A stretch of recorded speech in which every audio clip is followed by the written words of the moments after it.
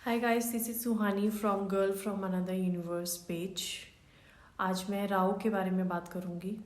राहु राहु जिसके पास ना तो अमृत था ना अमृत पीने का अधिकार, फिर भी उसने अमृत पी लिया क्योंकि राहु के पास वो प्लानिंग, वो स्ट्रेटजी थी जिससे वो अमृत पान कर सकता था। यही है राहु की विशेषता, उसकी स्पेशलिटी कि जिस वस्तु का अधिकार राहु के पास नहीं है, फिर भी वो अपनी स्ट्रेटजी, अपनी प्लानिंग से उस वस्तु को पा सकता है। और काम पड़ने पर राहु बाकी के 8 ग्रहों के गुण स्वरूप, उनके ट्रेड्स अडेप्ट कर लेता है उस चीज़ को पाने के लिए।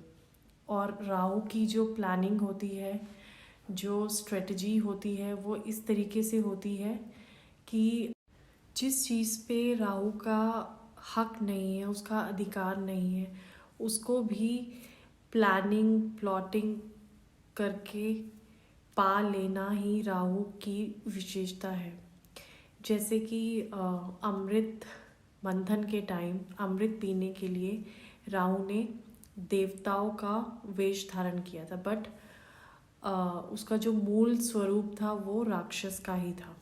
इसी तरह से कुंडली में भी राहु जिस घर में, जिस हाउस में बैठता है, उस हाउस के लॉर्ड की गुण स्वरूप, उसके ट्रेट्स वो अडेप्ट कर लेता है।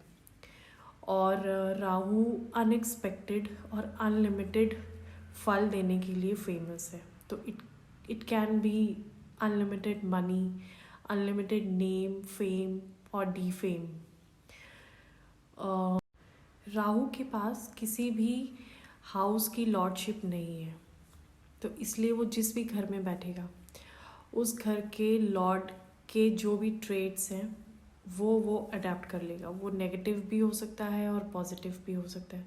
और उस घर से रिलेटेड जो भी चीज़ें जो होंगी, जो भी सिग्निफिकेंस जो होंगे उस घर से रिलेटेड, उसको वो आपको दिलवाएगा, बट डायरेक्टली उसका उस चीज़ पे कोई अधिकार नहीं है।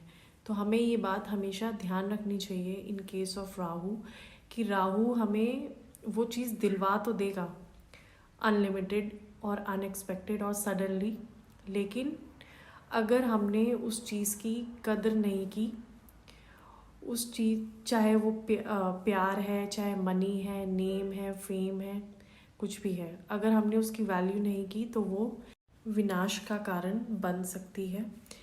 क्योंकि अचानक से बहुत ज़्यादा अगर हमें कोई चीज़ मिल जाती है तो कभी कभी हम अपने होश खो बैठते हैं और हम ये भूल जाते हैं कि हमें उस चीज़ का करना क्या था। तो राहु के केस में हमेशा इस चीज़ को याद रखिए कि राहु ने आपको वो दिलवाया है जो उसके हक में नहीं था। तो ये कभी नहीं भूलें और उस चीज़ की हमेशा वैल्यू करें, चाहे वो प्यार है, पैसा है या कुछ भी चीज़ है, उसकी अगर आप हमेशा वैल्यू करेंगे, उसका सही यूज़ करेंगे, तो राहु आपको और अच्छे पॉजिटिव रिजल्ट्स देगा।